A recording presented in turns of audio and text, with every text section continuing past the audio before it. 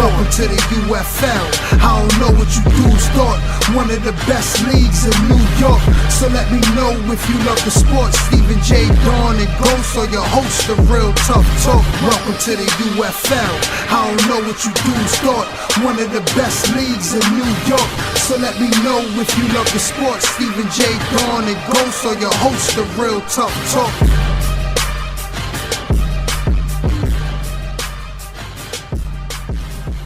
What's going on, people? What's going on? Stephen J., my man Ghost, Real Tough Talk, back in the building. Excited to bring you another week of UFL football. Well, not as excited about the weather we've been having for the last couple of weeks. So that's another thing in and of itself. We had snow, which turned into rain last week. And this week we had just pouring rain throughout, freezing rain. And I'm pretty sure the rain also affected a lot of people's games, but that didn't slow down certain teams from balling out this week. But it's New York, baby. It's the BX, baby. This is what you got to do. This is what it's about. This is what you got to be. This is about what it is. Football in uncomfortable climate is what I like to call it. That's what I like to call it. Put a little swagger jag on that. I was just wondering what type of cartoon character you're trying to That was nice. Stop. That was nice. That was very nice. Okay. Let me get a swig of my water. Sponsored by Members Mark Purified Water. I always let you know they're sponsoring us. They don't know it, but you know. Oh, man. Let me get a little swig in there because I got a lot to say today. Now, next week we'll be talking about who we think are contenders and pretenders. So I know I'm going to lose a lot of friends next week because of that. But I always have numbers and stuff to back what I'm going to say. So we'll jump right into the first game we want to talk about, YMM versus Street Fam. This is a goodie. Street Fam moves back to the East this year. And, you know, that's a team that people don't really give a lot of love to because, you know, they're a block team, they're a fam, you know. Yeah. But this team is going to fight with you every time they step on the field. And fight they do in every game. And speaking of fighting, they did some fighting against the Browns. Even though the Browns are short, they came out, they balled out, and they got a win for their team last week. I got to show you one play that wasn't shown in the show here. It was a bomb play that pretty much ended the game for the Browns with Street Fam as Spaz throws deep to Shaw, wide open, going downfield in the end zone.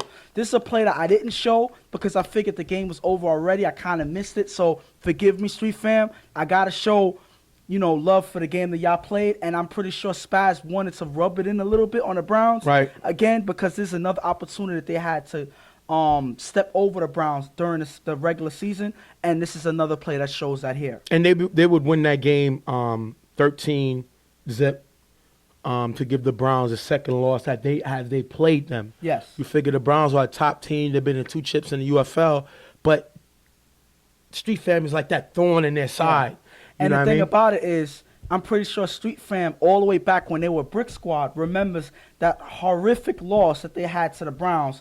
I think the score was 34-7. Mm-hmm. They scored. They pretty much destroyed them in that game. And Brick Squad was floored. They didn't know how to think. They were really broken. And I'm pretty sure this is payback that they finally get to say, you know what? We get to beat the Browns yet again. And on the YMM side, this is the defending Eastern Conference champs. They went to the championship last year, coming within 7 points of tying the champions in the championship game, or 8 points and taking the lead. So they got to feel good about themselves. Unfortunately, they haven't played like that this year. They went out. They had an issue with Nelson, who guided them to the championship. Nelson, who was the UFL All-Star Eastern starter. I'm sorry, the backup. He didn't start. Adi was the starter, but he made the All-Star team. Sorry for that. But he balled out all season. Yeah. And whatever egos happened, you know, he ended up leaving and signing with High Rollers. And we'll talk about how he's doing on that team. But this team brought in a guy like Corey. I haven't really seen much from Corey. He hasn't really blew me away in his play. I don't think he has the same excitement as Nelson. Nelson brings energy. You know, Nelson brings a lot of swagger. Corey's a little different. He has the ability to put up points, but he's still getting used to this YMM team. He doesn't bring in as much as the swagger, but he doesn't also bring in negative energy at times. We see Nelson, when he makes a mistake or arguing with Jeremy, he could be down, and Corey doesn't bring that coming over to the scene. And that can be a double-edged sword. I think because he doesn't bring that intensity, that type of atmosphere, that type of, negativity or that, aggressiveness that Nelson would bring. It may help them in the fact that they can control themselves a little bit better. They won't actually get hurt by Corey's reactions or any type of emotional displays. But at the same time, he comes off as an outsider. It's because he looks like he's looking from the outside in. He's right. not he doesn't feel like he's tight knit with the group yet. Right. So because of that, I think that's where Nelson and YMM had chemistry, because they were emotional, they were so tight knit, and they were like family together. That's how they played. Mm-hmm. That's what benefited them more than hurt them. And I think that Corey's not there yet, and you see it in the way they're playing together. But Rico hasn't been here. Santana hasn't been here. We've seen Ice. He played this week. He played this week. But Rico and Santana haven't been here. They're the main members of the team. They're cogged in. So that's like Chuck not showing up a few weeks for Carver. He's still on their roster. He's the main guy. Yeah. Rico has, unfortunately, had to work. So the league is going to honor that. Same thing with Santana. But this team has not looked the same. My issue with them is they don't look hungry. How can you have gone to the championship and you're not hungry? They don't have the same passion. They're playing in City Island, and I give them that props. But they went to the championship in this league last year. And for you to come out flat, not taking it serious, is an issue. They don't have Jeremy serving his one-game suspension, so he got out of control last week. They don't have their leader, the general here, Rico. They don't have the main guy that kept it all together, Santana, and that's why this team is where they are right now. And I got to say, I can't – it's kind of unfair to say that they're not hungry, because there's a lot of guys on this team that show. They're not hungry. Caesar's doing his best to keep it together, and I will give him his props. But you got guys like Kaka, Brown, Cecil. They're here balling out. Yes. But they're not Rico and Santana. Yeah. They're not the level of those guys. And without those guys, the leaders playing, then you got a bunch of soldiers trying to step in a leadership role and nobody being able to do it. And that is a better analogy for it. Like I said, I don't think it's that they're not hungry. It's just they don't have their field general. They don't have their leaders leading the charge. And because of that, the morale is not the same. They're not as... they don't have that fire that you normally see with YMM, because everybody's not present, especially in this week now that they don't have Jeremy. That's another loss that they have this week that they're going to have to make up. It's going to be hard I don't know if they can, but we'll just have to wait and see. Well, we're going to jump right into the game and see what happens. First down, at the 40-yard line, Corey throws the bones in the middle. It's almost picked off by Prodigy. Second down, Corey throws the bones, cutting in the sideline. That's going to be dropped. Last down, Corey gets blitzed by Prodigy, throws a Brown in the middle. Off-target, turnover on downs, giving the ball back to Street Fam. They look flat. We've seen Bones not look like the same dominant player. He dropped this ball here that he usually catches, and this YMM team looks flat, out of it, and Street Fam takes advantage of that. And I think that one routine drop by Bones during this drive is pretty much what killed it. I think after that, they weren't able to get anything else done. That's when Corey ended up trying to make something happen, throwing it to Brown on that last play, and was off target. When you throw a pass like that to Bones, Bones is supposed to catch. It's supposed to be a no-brainer, but unfortunately for them, Bones drops it, and nothing else happens in this drive. Street Fam gets the ball. Spaz throw to Prodigy in the gap, tipped by Brown, caught by Prodigy, run to the 10-yard line. Last down at the 10-yard line, Spaz throws a shot in the corner of the end zone. Brown with contact on Shaw. Shaw drops the ball, turnover on downs. And this is what I love about Brown. He's an undersized corner, but he's physical. When he plays like this within the rules, this guy can make plays. You see he get the tip. Prodigy got the catch after, but that's the way for him to be there. Yeah. And the other play, he couldn't get to the ball in time. He creates contact with Shaw. Shaw drops the ball. That is a great play by Brown to make to stop Street Fam in their track. And that is pretty much Brown's game. He's not necessarily a sort of cover corner that's going to stay with many receivers, because he doesn't have the height that can help him match up. But he makes up for it with his physical play. A lot of people are surprised by how physical Brown is, and he surprises Shaw here with this nice hit going out of bounds and forces Shaw to drop this pass. Great defense by Brown. Second down, Corey throws a Kaka in the gap. It's dropped and picked off by Prodigy. giving the ball back to Street Fam. Kaka is called flag for cursing, and that's going to really kill his drive. And Kaka's not, he's a good, I'm not going to say good. He's an average offensive player. He's mostly known for defense. He's trying to step it up on offense, but he tends to drop passes. He dropped this one, and this one is worse because it leads to an interception. And then he curses on the same play, which gives Street Fam another 15 yards. And this is just frustration on the team all around. Now you see guys missing dropping regular routine passes, and then they're reacting on it by cursing. They know better than this. They've been playing in this league long enough. But it seems like that frustration of them not all being together is kind of throwing them apart, and you see it here when they're dropping routine passes like this. Street Fam gets the ball back. They get to last down after a few passes. Spaz finds Shy in the middle of the end zone for the touchdown. Shy gets the extra point. 7-zip. Street Fam takes advantage of the interception. Wyman attempts to hold him on last down. Spaz makes the play for the touchdown. And there's but so much you can do when you give a team's offense this many opportunities when you're not moving the ball on offense. So the offense is really the side of their team that's killing them in this game right now. And Spaz and Street Fam, all they're doing is capitalizing. They march down the field in a few plays on offense, and they're taking advantage of everything YMM gives them. Second down, Corey throws deep to Bones. It's incomplete. Shy had a little contact before the ball got there. Was this pass interference? The refs ain't gonna call this. Bones is about 6'5", 6'4". Shy is about 5'6", 5'5", 5'6". Yeah. You're not gonna get that call. Bones has to find a way to come up with the ball. He's not gonna get that call. That's just the bottom line because of the height of this event.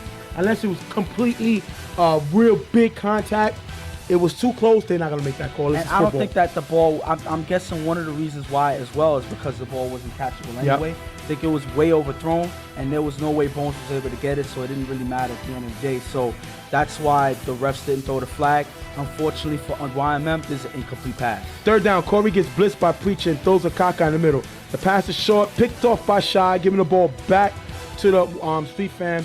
And Corey can't be affected by the blitz. He got to know to stay in the pocket, make the throw. He throws a Kaka in the middle, and it's going to be short, and it's picked off by Shy.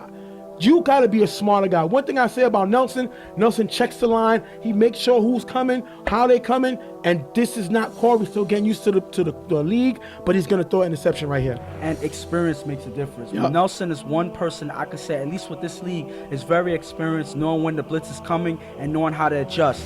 Corey's not there yet. This is his first season playing with this team, let alone in this league. So there's a lot of things that he has to put together on his own. He hasn't done it yet, and that's why he's still making mistakes here. Second down on 4 rush, Spaz runs for a short gain. Third down, Spaz gets blitzed and sacked by Corey.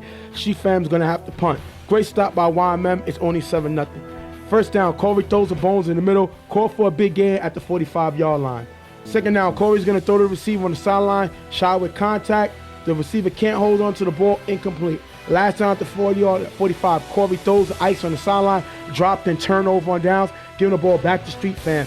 You can't kill Corey for this one. Ice got to make this catch. I guess because he hasn't been here, he's been worrying about Coney Island, he's been worrying about here, he's been winning chips here. This team needs you. You came here to help this team out. You have the experience, you have the game playing capability, and you don't do it here. You drop the ball, which turn over the ball on downs again. The second time YMM has not been able to pick up a first down. And as you see YMM play more and more, you start to worry about this team more and more. Yep. Because now they're starting to drop routine passes, little things that they're normally able to be lights out on, Yep. they're failing at, and they can't even get first downs now. Now you have to worry about their offense. Something's not clicking. Is it Corey? Is it the offense? We don't know, but their offense is not working right now. Spaz on last down with a short pass to Shaw, runs to the big gain, but can't get into the end zone. 7-zip, Street Fan with the lead. Now, if I'm YMM, I'm kicking myself right now. First of all, I'm happy it's 7-zip. But you had 2 times I couldn't get the first down. You had another time our receiver dropped the ball and it was picked off. And you have another time they blitzed and you got picked off. So that's 4 turnovers you had. 4 turnovers, and you're only down 7-zip. I'm happy if I'm YMM because it's an opportunity for me to get back in the game. But me being a fan of this football league, I'm disgusted by this team's play. Street Fam, they only scored 7 points, but they have the momentum. I think that eventually, if YMM keeps giving them opportunities, Street Fam is going to capitalize. How they got the momentum when they got 4 turnovers and 7 points. I don't understand. Listen, explain that to me. My point Talk is, to me like I'm a listen, 6-year-old. Listen, at the end, right now, with the talent that YMM has, even without Jeremy, Rico, and everybody, they should have scored at least more than 7 points. So my point is, they're playing bad right now. But we know that. Street Fam has capitalized once, and I think that all it takes is for them to get that next drive going, and they're going to take this game over if YMM doesn't do anything about it. I think Street Fam is right there. All they need is the next opportunity, and it's up to them to just take it. After getting the first down, Spaz with a few short plays, but still can't reach the end zone. Turnover and then giving it back to YMM. First down, Corey throws deep to the receiver. The receiver stops running. It's picked off by Shy, giving it back to YMM. That is 5 turnovers YMM got. Corey has thrown 3 interceptions. That is not balling out. That is the exact opposite of balling out. And now I just got to flip what I said for the halftime. This is not even an offensive game anymore. Yes, Street Fam scored 7 points, but it's the defense on both sides trying their best to hold this game for their team. The offenses are not playing that great. I got to say that for both teams. But Street Fam has the edge because their defense is causing more turnovers and putting their offense back on the field much quicker. After getting the first down, Spaz gets sacked by Bones. Next down, Spaz with 2 passes to Chris, but can't move any further. Turnover on down. Third down at the 40-yard line. Corey throws the receiver in the gap for a nice gain in the first down. Corey throws to Ice in the gap. That one is dropped. Ice needs to step it up. I know he thinks he's a good player, but you got to prove. I don't care what you did last year. Right now, you're not showing me nothing. You was better off staying home if you're going to be dropping these passes. Ouch. Third down, Corey throws deep to Bones. Bones with a one-handed catch, stays in bounds for the touchdown. That is a top 5 nominee. 7-6. Great play by them. Coming back in the game. That's the Bones that I remember. And this is just Bones doing what Bones does. He was the only person that had the opportunity to get the ball out there. He was the tallest player in that area, and all he does is just snatches this out of the air with one hand. This is the play that they need. And since the offense is not clicking, Bones has to step up and pretty much be their anchor on offense and be the go-to guy that Corey goes to because he can make plays like this. And it's 7-6. And what they say, what makes you laugh, make you cry. Corey comes back to Bones for the 2-point conversion to take the lead. Bones drops the ball. Bones dropped the ball. You made a one-handed catch. Now you drop the ball, and your team is now down 1. Great play. And every time we see that, that gets a not top 5 nominee. I mean, it's a no-brainer because you make such a great catch to get it to be a top 5 nominee, and in a routine 2-point conversion that your team needs. This is important, and you drop it here. Bones is known for dropping passes. The guy can make plays, but let's look at some drops he had. Look at the championship game against Carver Mob. That is a touchdown that Nelson put there, and Bones dropped the ball. I think Bones could be one of the most dominant players in the game, but he's also known for dropping big plays. He dropped the 2-point conversion that would have gave him the lead, similar to him dropping the touchdown that would have gave YMM the lead in the championship game. After getting the first down, running the clock, Spaz throws deep to Chris, picked off by Kaka, giving the ball back to YMM. And if you're Spaz, you cannot make this mistake. You have a 1-point lead. Why would you give YMM an opportunity to get back in the game? And all they needed to do is just try their best to get the first down and move the ball as much as possible. I don't know what's going on. Their offense hasn't been working. It makes no sense to take this risk here. He takes it and then throws an interception by Kaka. You're not doing your best out there, so you can't take chances like this. Third down, Corey gets blitzed by Izzy, throws a Kaka in the middle for a decent game. Last down, Corey on 4 rush, throws a Kaka in the gap. Nice game, picking up the first down. That is a great play by Kaka, coming through, making the catch, picking up the first down, which is what they needed to keep the drive going. That's a great play. 7-6. After a few incomplete passes, YMM is not able to move the ball. Corey on last down throws it up, is knocked away, ending the game. 7-6. Street Fam coming away with a big win. Definitely nice game by Street Fam. And I would say that because it's only because YMM has played horrible that Street Fam won this game. Because all Spaz did in that last drive that they had was give YMM that last opportunity to win the game.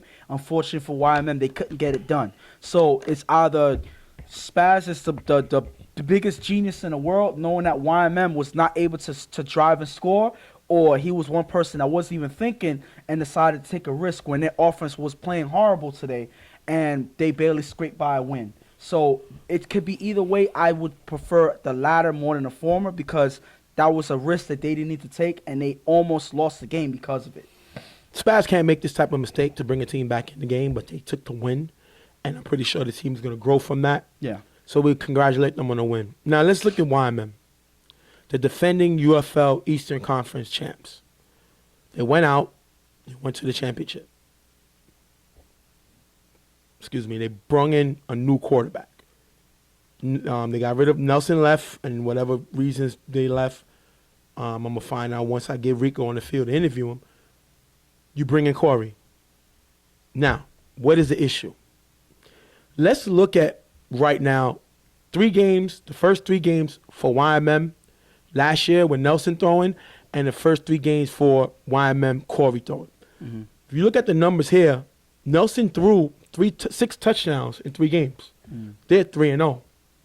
Corey has thrown 4 touchdowns in 3 games. They're 1-2. But the difference is, last year, YMM, if you look at the screen, in 3 games, 17.6 points a game. This year, YMM, 3 games, 9.0. And Jeremy threw the second game. Corey didn't throw the second game. Jeremy threw the second game. They lost that game 13-7, but Jeremy threw, Corey didn't throw. Doesn't matter who's the quarterback. At the end of the day, we're looking at the offense. So, yeah, 17.6 last year, 3 games, undefeated, 2, 9.0, 3 games, 1-2. That is 8.6 points less. That is a touchdown less this year that this team scores. And they didn't have Rico, and they haven't had Santana. But again, the proof is in the pudding.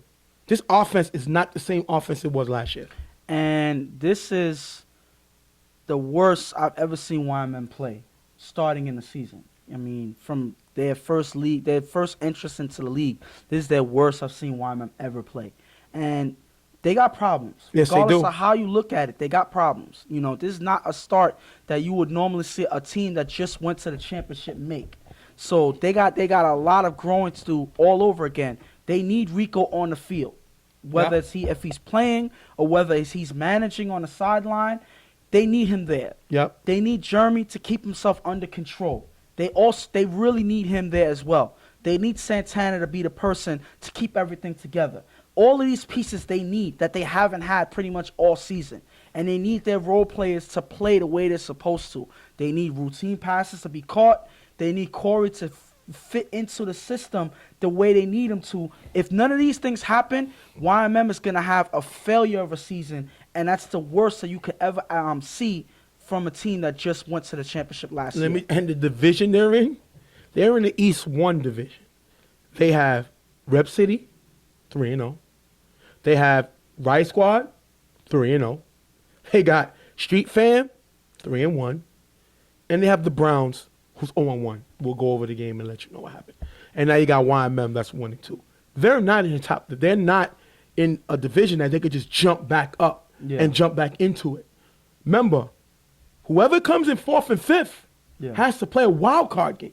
So that's an extra game you have to play. I hope Rico can listen to me straight up. Look into the camera. You need to focus on one thing at a time. This is the league that you made your name in. You need to get back on this field. Santana, you came here to help guide this team to the next level. I understand that y'all focusing on City Island. I'm not hating on nobody. Do what you got to do. But you need to step it up here. What I've been seeing on this field is an embarrassment. This is not the YMM team that I know. This is not the YMM team that first came into the UFL and made headlines. So I don't know if y'all need some soul searching, but y'all need to get it together. Caesar has done his best to keep it together, but this team is lack in talent. That's the issue. And you losing Jeremy this game hurts you. Jeremy hurt his team by not being here. If Jeremy's here, this team possibly can win this game.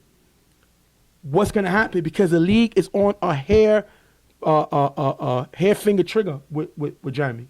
He could be lost for another games if he goes crazy again. This team is in trouble. This team is in trouble. And, you know, YMM, we've pretty much made the case about YMM having problems. Street Fam, though, they're a team that still needs a little bit of more of growing. Like, they are playing hard. They're getting wins the best way that they can.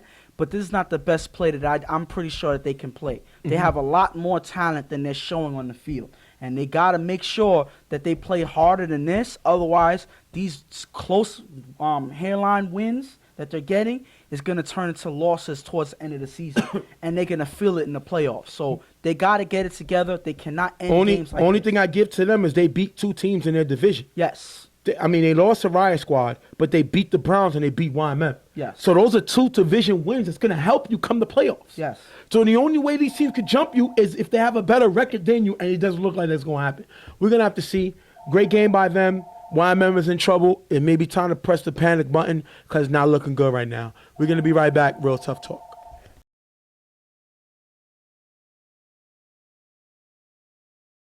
Next game up, we're going to have the Browns versus Rep City. Browns come in 0-1. They got a few makeup games to make up. So the 0-1 start isn't really that crazy. The only issue I have with them is they don't have a quarterback. They had a quarterback, Soaps, last week.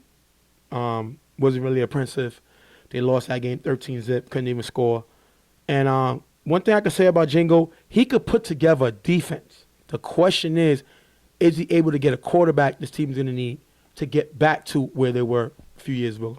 And TFL is all about offense. And you need a quarterback to have an offense. So right now, they're 0-1, but they're going to struggle if they don't get a regular quarterback soon. So regardless of if they have makeup games that they could catch back up, if they need to, if they don't have a quarterback, these are going to be potentially losses that they add to their record. So I think that getting a quarterback is paramount. I'm pretty sure Jingo is going to figure out something, moving forward. But right now, it's not looking good if they don't have that position cemented.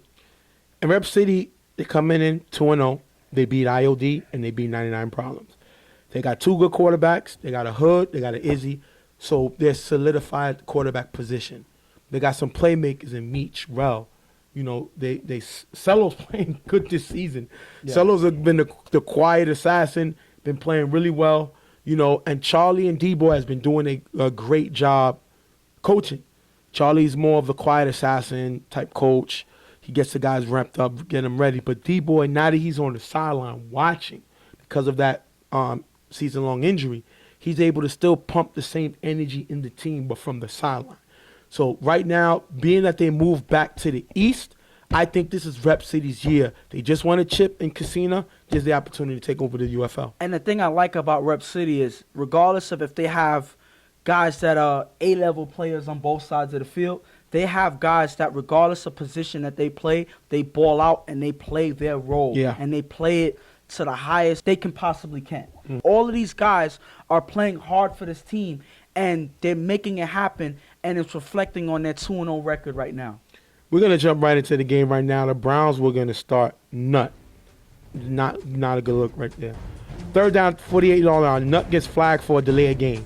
After a run on a short game, Nut gets flagged for a delayed game again. Third down, Nut throws it up to Heck, and the gap is bobbled, dropped, turnover on downs, giving a ball back to Rep City. Now, if you got 2 flags for delayed game, that means you're not paying attention. That means you're not comfortable in the huddle. You got to go over the plays several times, and that's the issue. I'm not going to kill Nut. He's not a quarterback. He's doing what he needs to do to help the team. But Browns do not look like a team that went to 2 back-to-back championships. And because of that, they're not going to be the strong team that people are going to respect or even worry about, because they don't even have their quarterback to move the ball. This is the first time we've seen the Browns in this league without Reggie at the helm. Right. And it's a completely different team without him. Not to say that they don't have the lockdown defense that they normally have. Correct. But it's not showing. You notice the offense struggling more than the defense playing their game. So it's trouble for them, starting Nut. It's not his fault, but they got to make something happen. They don't in this drive. Third down, after a few passes, Hood throws to Mikey in the middle for a decent game. Mikey hit in the eye, but he would be okay after the contact. He's a ball player. Last down, with time from Cello, Hood scrambles, throws a match in the corner of the end zone. Contact from Trev causes a drop, turnover on downs. Now, Trev is the reigning BQFL 4 MVP. Yes. Play lights out. Wasn't invisible in the playoffs. Yeah.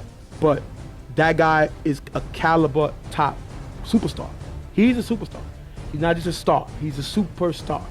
And he makes it here. He can't get to the ball in time to knock it away, so he creates contact, forcing the drop, turnover on downs. Great play by Trav.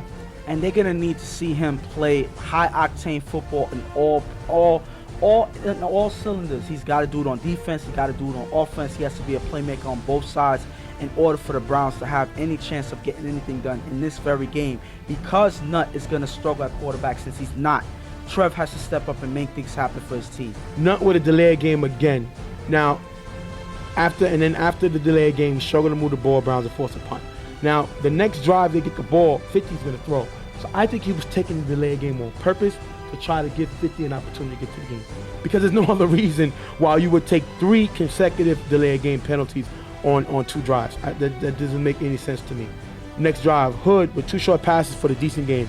Last down, Hood on 4 rush, throws to Victor middle. Victor falls and the pass is incomplete, turnover on downs. One thing the Browns can do is they can play defense, and they make another stop here.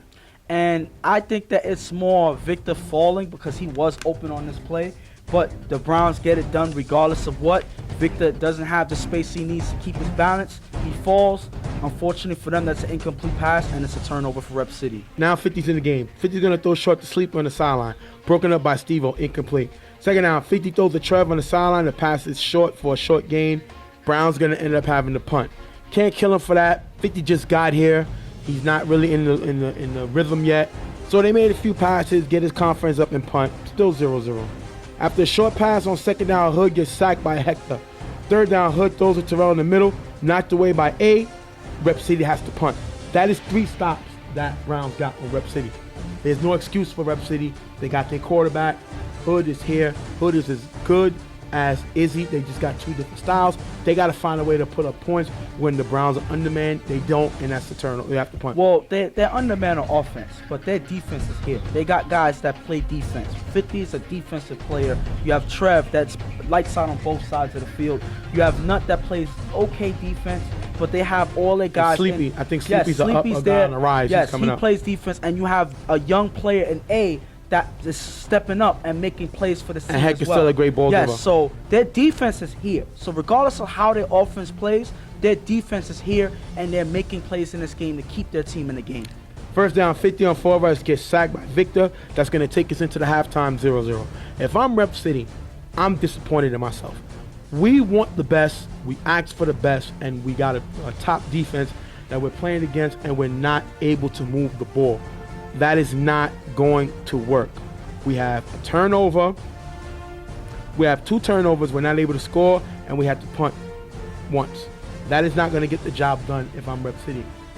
I know this team is on the rise, but this is a team that you need to beat, and they got to look themselves in the mirror and turn it around this game. And when you talk about the Browns, I mean, there's pretty much everything that we said in the first half is going to be something I'm going to say again. They don't have their quarterbacks, any quarterback here. 50 is filling in. Nutt was filling in earlier. They're struggling on offense, and that is why they cannot score. Their defense is holding on the other side. They're doing their best, but eventually the defense is going to crack if the offense is not able to put up any points. The offense got to find some way to make something happen. Second half, Hood gets blitzed by A, throws a march on the sideline for a decent gain, picking up the first down. After a short pass, second down, Hood with blocking, runs for a decent gain, but cannot move the ball any forward. Turnover on downs. Browns attempt to run the ball with Trev, but it's stopped. Third down, 50 throws a nut in the sideline, decent game, but again, they can't move the ball any further. Turnover on downs. We're still at 0-0. Next drive, Hood throws a cello twice on second and third down for a nice game. Last down, Hood throws around the back of the end zone. Rel makes a great jumping catch as he lands inbound for the touchdown. That got to be a top 5 nominee. 6-zip. Rep City with the lead. And let's just run that play again, because this is not only a top 5 play. Right. This is a play where your man A here and all the other defenders here, you got to tell them you got mossed. Because Rel got up there and he was pretty much, to him, was the only guy there. He catches this pass. Big play by Rel. He's been a big playmaker in the last 2 games, and you got to give him the credit he deserves. He's stepping up for his team, and they get their first points here. And I'm going to call it what it is. The guy is a star with the ability to make superstar plays. Once he's more consistent and focuses on what his team should be doing rather than what the refs should be doing, this team is going to be dominant. You want to win your team a chip, and he plays like this, he is a superstar, and he shows it right here with the touchdown catch. Next drive, Browns struggling to move the ball in 3 plays, they're forced to punt. Rep City gets the ball back, they can't do nothing, they're forced to punt. This is the Browns' last drive. They put Trev in the game, I don't understand why. Second down, he's going to get blitzed and sacked by Meach. Third down, Trev is going to get this time sacked by Victor. Take us to last down, Trev tosses up the 50 to near the 50-yard line, incomplete. End of the game, 6-0. Rep City with a slight win, beating the Browns to move to 3-0. And I'm going to say this about Rep City. I'm going to say that their play wasn't the best. Their offense can play much better than this. Was it that the Browns locked up on defense? I think so. So one thing that about the Browns is, regardless if they lost this game, they played defense today. Right. It's just that they couldn't score points. But Rep City got to take the advantage of certain opportunities that the Browns gave them. They did not hear. One player that stepped up and made a play to get them the win was Rel with that touchdown catch. And one thing that I spoke to him, he did say is, he, like you said, when he focuses on just balling out and playing this game, he plays much better and he performs much better. And I think that is starting to show with the way he's been playing the last couple games. If I'm the Browns, Rep City had the ball 6 times. I stopped them 5. I gave them 1 touchdown. And that touchdown was an amazing top 5 catch. Top 5 line to me, catch by Rel. We need a quarterback. That's the end of the line. We need a quarterback. If I'm Jingo, if that means I got to go back and get Landy, Landy gives me a better chance to win than anybody I have on this roster. If you can't go out and get a quarterback, I'm bringing Landy back. Listen, he made mistakes in the fall league. Yeah. But the guy led the league in touchdown passes. Yeah. You cannot say nothing about that. He's going to give you a better chance than what you got now. They lost to Street Fam 13-0. And now they lose to Rep City 6-0. Yes. You got to score. And the thing about it is that's all they need because their offense is playing. Their offense, Their defense is playing. Their defense is making stops. All they need is the offense to produce on the other side. Even if you have, let's say, Puka throwing. You know, they had Puka throw before, and they were able to put up points. Maybe not as consistent as Reggie did, but he was able to put up points when he threw for them. So even Puka is a better option than having nobody out there. So that's all they need to do. But speaking of Jingo on the field, he was not worried about this loss here. He wasn't sweating it. He told Rep City that he's going to see them in the playoffs. So he knows that he's going to get things fixed. Meaning he got something up his sleeve. Apparently so. He didn't say what he had up his sleeve or if he had any plans, but he says that regardless of what, he's going to see Rep City in the playoffs, and he's going to be ready for them. All right, that being said, we're going to wrap up this game. Rep City with the win, 6-0 over the Browns. We'll be right back. Real Tough Talk.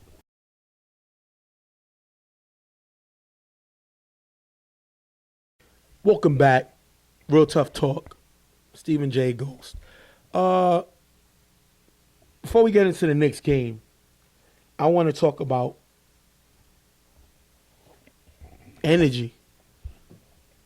Y'all guys got to have more energy, man. It's certain teams that give me energy. Yeah. Rep City, going to give you energy from the beginning of the game. 99 Problems, going to give you energy from the beginning of the game. I need all y'all teams to step it up. Show some celebrating. I'm tired of repeating the same things. The camera is out. It is rolling, guys. Show me something, please. Y'all guys are too boring. Seriously. Y'all like Ghost on the show. Y'all are too boring. Come on, man. Step it up. Celebrate. Bring your swag on. And I'm going to say this. One example is the common celebration when people score a touchdown is the jump shot. Everybody does the jump shot now. You know, like, I hate the jump shot. Yeah, but that's what everybody's doing. Right. Like, you know, they jump, they bump each other, or they do the jump shot, whatever. That's pretty much the only 2 celebrations that I've been seeing throughout the season so far. Certain teams are more guilty of it than others. They know who they are. We'll see it later on in the show. But, again, these are the only celebrations I've been seeing pretty much all season. Hopefully something else happens. I've been seeing glimmers of certain things, but all of this is just guys are just boring, like you said. They're not even thinking or being creative. So hopefully they start to pick that up as the season moves along. Nobody's really, the atmosphere was kind of a downer because of the weather. Yeah. But, hopefully they pick it up as the season moves along. Give me some Michael Jackson or something like that. Play the Michael Jackson music. Give me some, Give me some, You look like you're having a little too much matter of fun. fact, I'm going to pull out the desk and, hopefully it won't be off a little bit. But listen, hit me with the hit me with something like this or a little bit of this. You know what I mean? Or a little bit of this. You know how to do it. You are having way too much fun. Hit me up with something like that, guys. That's just a few touchdown celebrations. I can help y'all get a little more creative, and because y'all guys are kind of boring. Those are some good dances, right? Yeah, but I don't remember you doing any of those dances. I celebrated. No, you did the same salute. Look, show. You can see the picture. That's all you did. That's boring after a while. That's not boring. Come on. So you are a hypocrite. That's not boring. When you were on the field, you didn't do none of that stuff that you showed there. So you cannot say anything because when you're a player, you're not thinking about all of these different dances or whatever. Not everybody's G.I. Joe of 99 Problems out there dancing and having fun and everything. So, again, it's up to wait and see. Hopefully you have somebody that decides to do something creative. We're going to jump into the next game, Dutchman versus Rep City. Dutchman coming in. They're coming in off of a win. They beat YMM 13-7. I like Dutchman. They're not flying Dutchman. They text me and said, we got rid of the flying a long time ago. They're just Dutchman. I like this team. Yeah. I like their energy. I like their brotherhood. They still got a few players that are going to be here soon. And once they're at full capacity, this team is going to be trouble. The main thing is that they have a quarterback. I like this guy, White. His arm is crazy. He's a lefty. Yeah. He can run. He's kind of quiet, but he got that little swag toughness on him. Well, he's quiet when he wants to be. Right. But then when he wants you to hear him, he's loud. So it's up to a time and place kind of thing. When he's ready to talk smack, he does. And certain times I've seen him play where he'll make a pass and he'll tell you before the pass is even caught. I love that. That's a good pass. I love that. So that's swag right there. That's somebody built for a camera. Yes.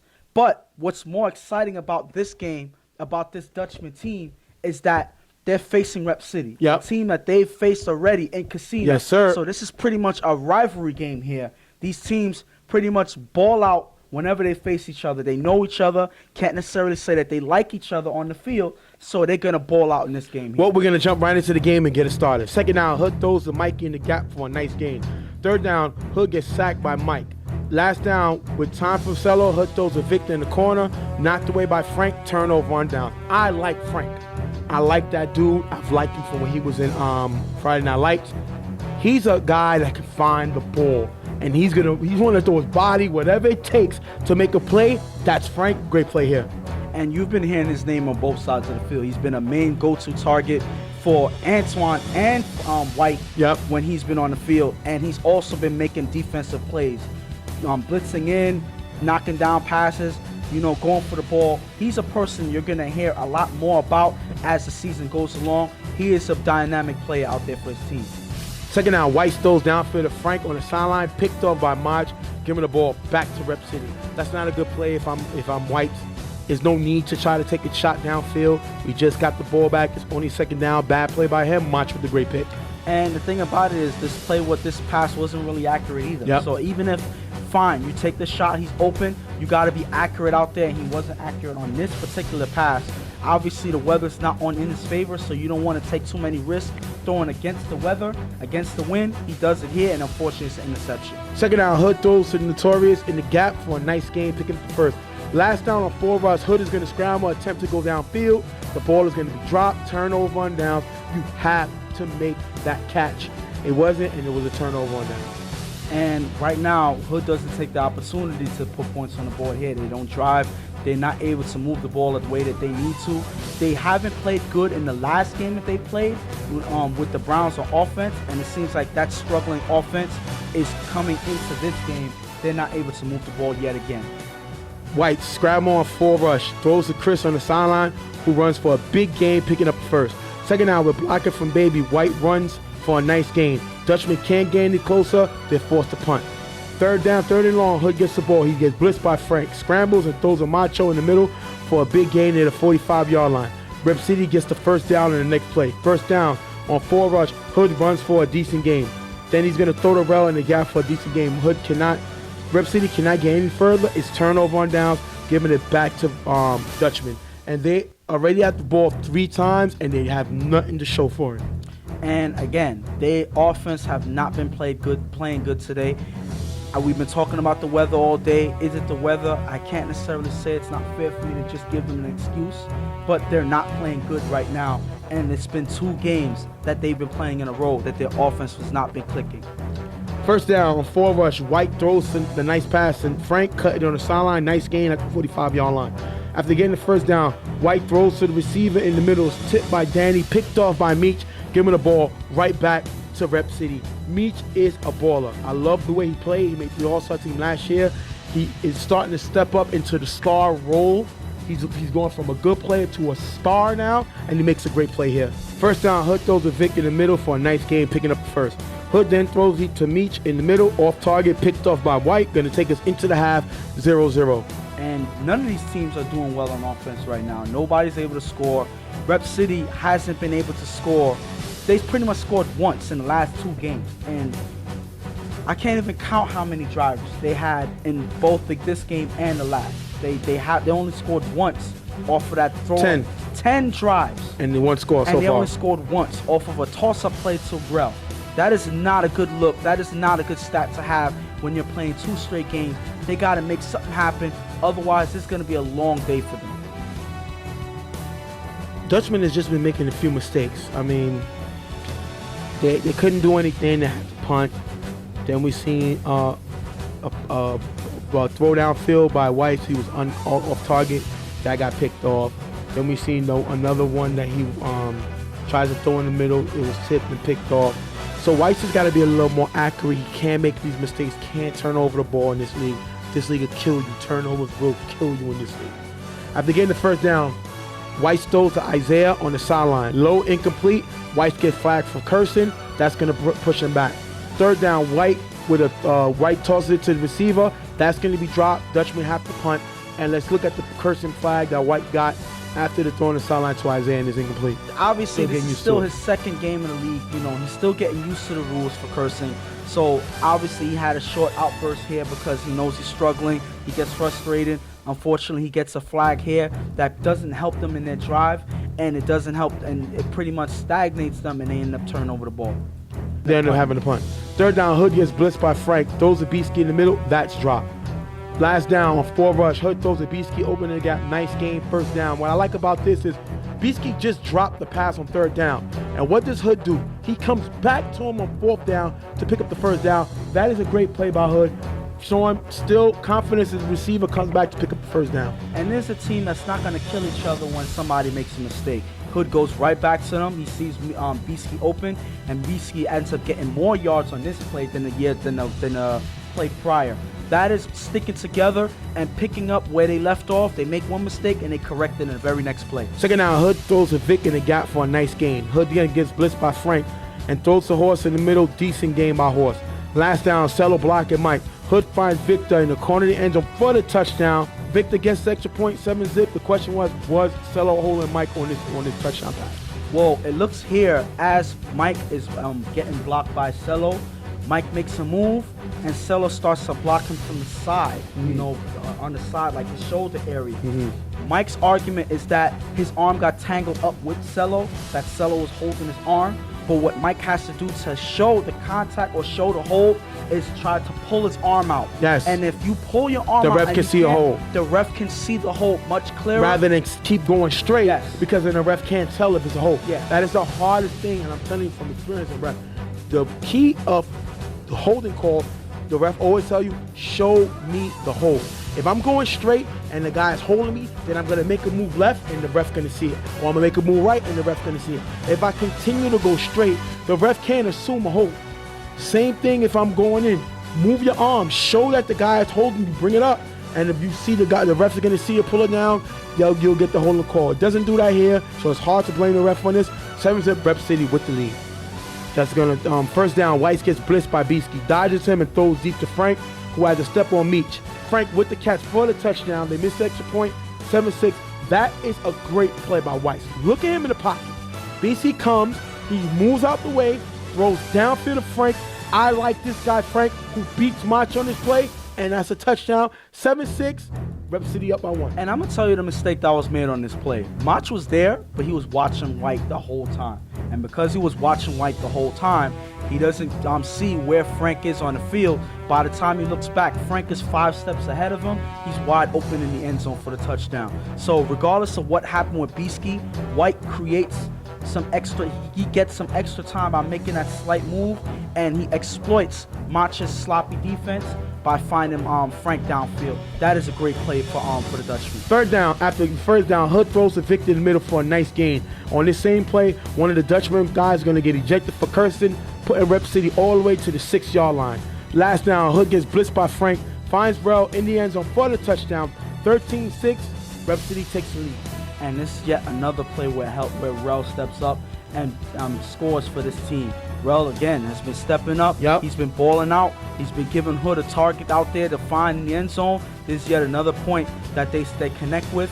And I think that we're going to see more of this now that Rel is having a rhythm out there and he's making plays for this team. After getting the first down, White throws to Frank in the gap for a nice gain. Third down and 3rd and goal. White on 4 rush, rolls right, throws to Isaiah in the back in the end zone. Isaiah with contact from Meach, but is still able to hold on to the ball, maintain the possession. Touchdown, putting them right back into the game. 13-12. Great catch by Isaiah. And the way that he gets this ball, he jumps up in the air, Meach creates contact. He falls hard on this play, but he's still able to hold on to the ball, and he gets up like it's nothing that happens. This team has a swagger that they out here, they ball out. They're not affected by nothing that's going on. They're still here, they're playing, and they still remain in this game with this big play here. Dutchman decided to go for 2 for the lead. White throws to his receiver in the corner of the end zone, is knocked away, giving Rep City pretty much the 13-12 win because Dutchman goes for the onside. They're not able to get it. Rep City wins 13-12, win over the Dutchman. And this was a late scoring game for both teams. They didn't score at all in the first half. Both teams struggled on both sides. But then as the game moved along, both teams started heating up, and they were going back and forth, shot for shot. They were able to connect on offense finally, and it became a closer game than we thought it would have been. Now, I'm going to get on both teams real quick. Dutchman, they take the loss, but they're still getting used to the league. Yeah. They went for the 2. They could have went for the tie to go for the win. I commend this team. Few mistakes, few off target. The cursing killed them. Yeah. But definitely an exciting team to get used to. Glad to have them in the league. After they get all their players in next week, they should be good. Now on the Rep City side, they're 4-0. This team is for real. But my only issue, in 2 games, they had the ball 12 times. They scored 3 times. That is 25%.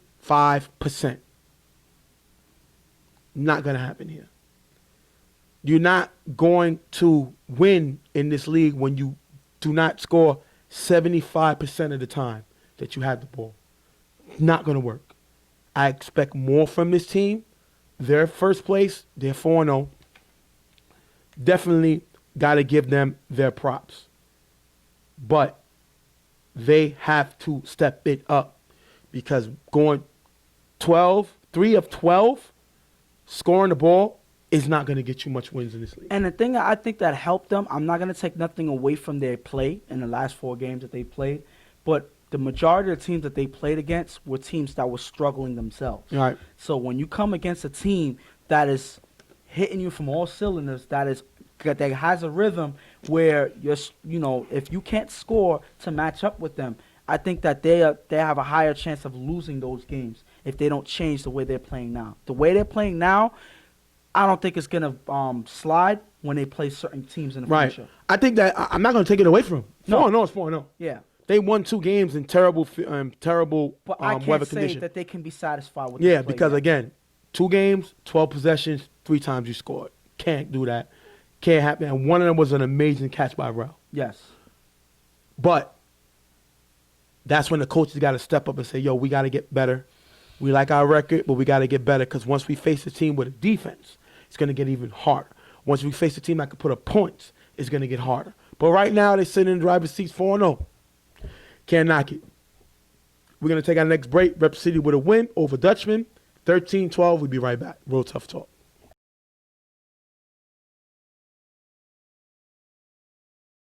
Next game up, Super Friends versus the Wildcats. Now, I know on paper people figure, oh, easy game for Super Friends. You know, they made the Final Four last year, and definitely should be an easy game. Super Friends is coming off of a loss to Slaughterhouse, who had 8 guys. Dion threw, I believe, 4 interceptions. Don't quote me. There's either 3 or 4 interceptions he threw last week. I'll check the stats to find out. Over 3 is a lot, so it doesn't matter. So the talent is there. You just don't know which Super Friends quarterback Dion is going to show up.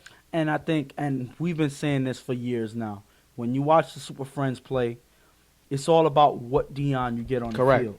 That decides winning and losing for this team. Their defense are going to play. Their offense is going to play. Regardless of who is slacking, you always have somebody to step up on their offense. Mm-hmm. It's all about Dion getting them the ball and the decisions that he makes that decides them winning or losing, regardless of whether it's in the regular season or in the playoffs. So I think that's why they end up losing the last game, because they got the bad Dion that turns over the ball. They need the good Dion that puts up points. Mm-hmm. That's going to determine whether they win or lose in this game, regardless of who they play. And Wildcats.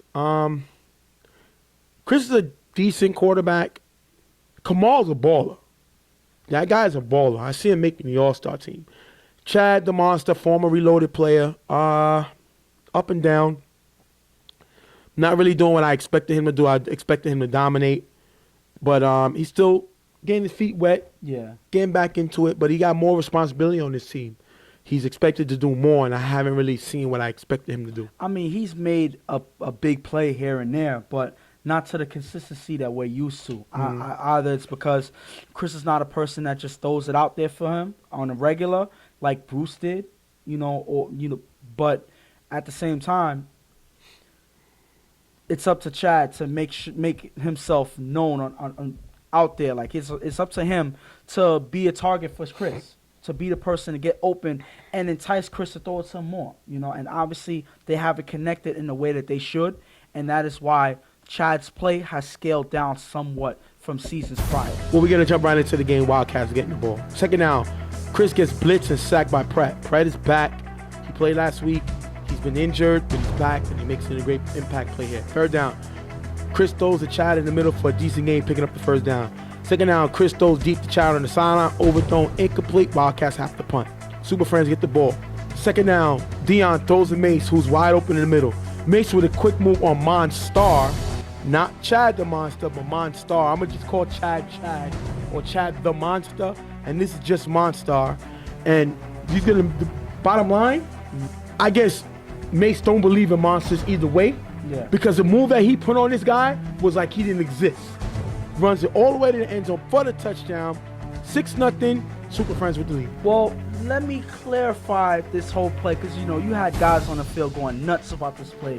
If you watch here, Mace gets the pass in the middle. Right. You see 2 guys going to tag him. They're already falling. They're tripped. The thing is, they were already falling before Mace made a move. So I can't give him credit for that one. But he does put a move on Monstar, and Monster has no idea. Like, he couldn't react. By the time Mace made the move, he was already gone. Monster couldn't react, and he has a free release for the end zone. That is a big play, and I think that is a top 5 nominee there. And this is what Mace brings to this team. Big playmaking capability. He makes a great play here. Great play by him. 6-0, Super Friends. First down, Chris gets blitzed and sacked by Chris. Second down, Chris throws to Monster in the gap for a decent gain. Third down, Chris throws to his guy in the gap. Is dropped, picked off by Chris, giving the ball back to Super Friends. And this is the energy that they didn't have last week. I like Chris. Chris is about right on the outside level of being a star. Prince Mo's a superstar. Kenny's a superstar. B-Roy's a star. Chris is about to hit that star potential. Yeah. So this team has weapons. I'm sorry. I think he's already a star. Listen, I think he's already a star. I just think that they don't use him to the same Well, then that's level. all the same thing. He But can't it's be not. considered a star unless your team uses you But he as has that. the potential to be that. I think Absolutely. that he might as well should call him that because this man has been making plays the last 2 seasons. If you look here, he had that one-handed catch last year, probably the best top 5 play I've ever seen last Right. season. You know, so this man makes plays. You know, he made plays in the BQF4 league. So this man, regardless of how you say, when you throw him the ball, he's gonna make a play with it. First down, Dion throws deep to Chris with Monster on him, knocked away by Monster. Remember this play. After getting the first down, Super Friends drive to the 10-yard line in 3 plays. Last down, 4 runs. Dion rolls right, pitches it to Pratt. It's off target, turnover on downs. What was this play? I don't know. It seems like Dion thought he saw something, and by the time he had the defense chasing him, he wanted to last minute give it to Pratt before getting tagged. But because of the pitch to Pratt was not accurate, it pretty much goes over Pratt's head. He drops it, and that ball is down right there. Questionable play. Third down, Chris gets blitzed by Pratt. Throws the Monster on the sideline. Pass hangs in the air, is picked off by Kenny, giving it back to Super Friends. That's Mr. Agent Jack making a great play here. And that's the type of playmakers that they got. And if you look at this play, Monster's open on the sideline. But the point is, because the ball hanged in the air too long, it gave Kenny a chance to get this play. And in dynamic fashion, Agent Jack at the last second goes there and gets the interception and staying in bounds. That is a nice play by Kenny, but this is something he does on the regular.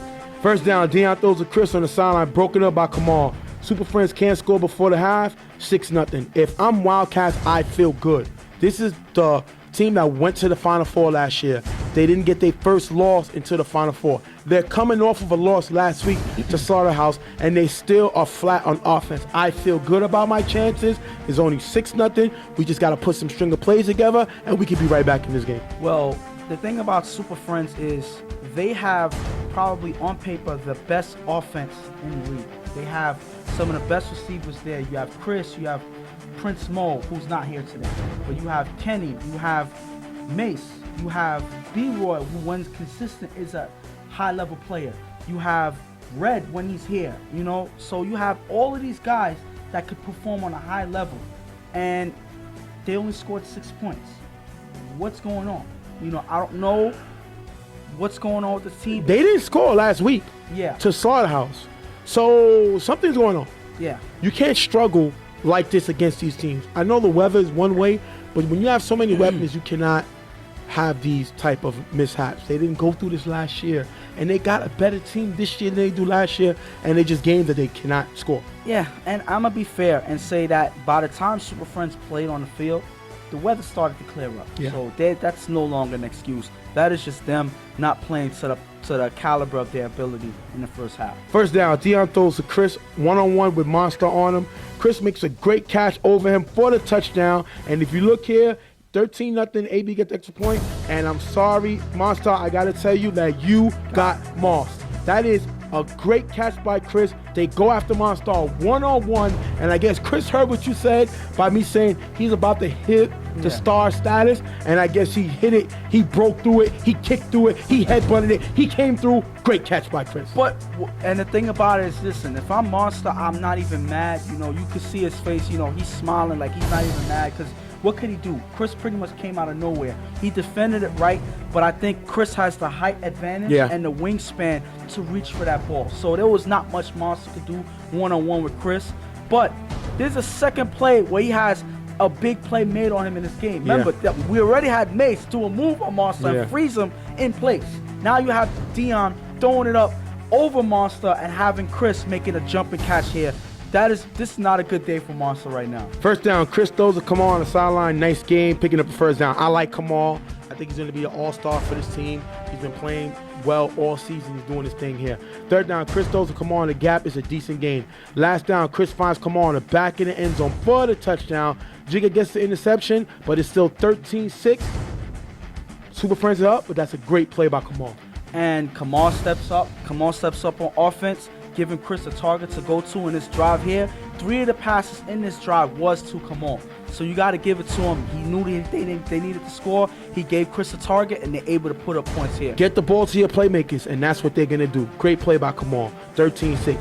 Third down, after getting a short play, Dion throws the show wide open in the middle of the end zone for the touchdown. Show with the 2-point conversion. 21-6. Super Friends kind of running away with the game, and this is the Dion they need.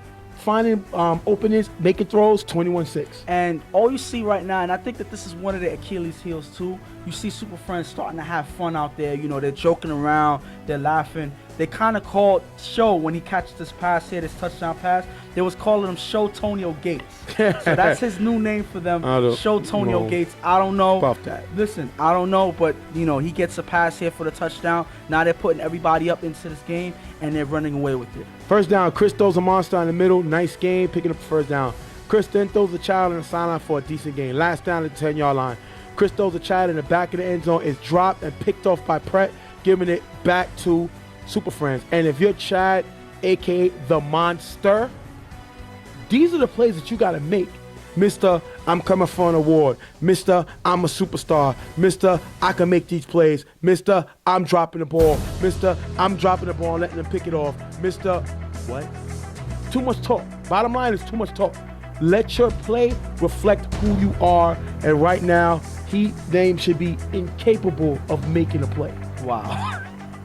I don't think he's going to like that. But I'm going to say this. I think that he's putting the pressure too much on himself to make things happen. He's putting too much attention to himself. Get things done, and then you have the ability to talk afterwards. He did it in the past where he gave himself that name, Chad the Monster, and his play showed it when he played for Reloaded. He hasn't done that this season yet, so I think that he should just stay humble and make things happen before he has anything else to say. Third down and 4 rush. Dion runs for a nice gain. Last down, Dion throws to Chris in the middle. That's going to be dropped, turnover on downs. First down, Chris gets blitzed by AB and sacked. The question was this a sack? And if you slow down the play, good thing we have cameras, if you slow down this play, AB just gets the sack before Chris gets the ball off. Chris doesn't believe himself. He's looking at the camera like he don't understand what's going on. It's whatever. But if you look at the camera, you see precisely that AB just gets there a second before Chris gets the ball off. So I think that's a good call by the ref. Second down, Chris throws it up to Kamal. It's picked off by Kenny. Kenny's second interception of the game. Ending the game, Super Friends with the win, 21-6. Super Friends pull ahead with the win in this game late in the game. They didn't start that great in the first half, but they picked it up as they moved along. They didn't really take this game seriously as they started making plays and taking the Wildcats out of their game. I think that those two big plays by Mace and Chris kind of dictated the direction of the game. Once those plays happened, I think that it was all she wrote for the Wildcats. They tried. Kamal got in the game late, but it didn't matter. By the time Super Friends started to click on offense, I think that the game was over. But from then, right now the Wildcats are 1-3. They lost to CMM 13-12. They lost to Cover Mob 22-6. They lost to they get a win because of Don't Sleep's forfeit, and they just lost to Super Friends 21-6. Now, I'm okay if I'm them. yeah, Let me tell you why. You just played a team that went to the Final Four last year. and you just played the championship. And you team, played the so- championship team. Yeah, So the top two teams you play. yeah, Get that out of your system. Now the CMM game, they should have won that game. yeah. That loss hurts them. But they're 1-3. They got to focus on the division. You got Slaughterhouse in the division, High Rollers, Getters, and themselves, and Super Friends. So there's Wildcats, Super Friends, Slaughterhouse, High Rollers, and them Getters. Are they going to be a top team in the division? No. But you're going to make the playoff run. Focus on trying to get out of that wild card spot, trying to get the number 3 seed. But if you got to play a wild card, you play a wild card. Don't matter to you.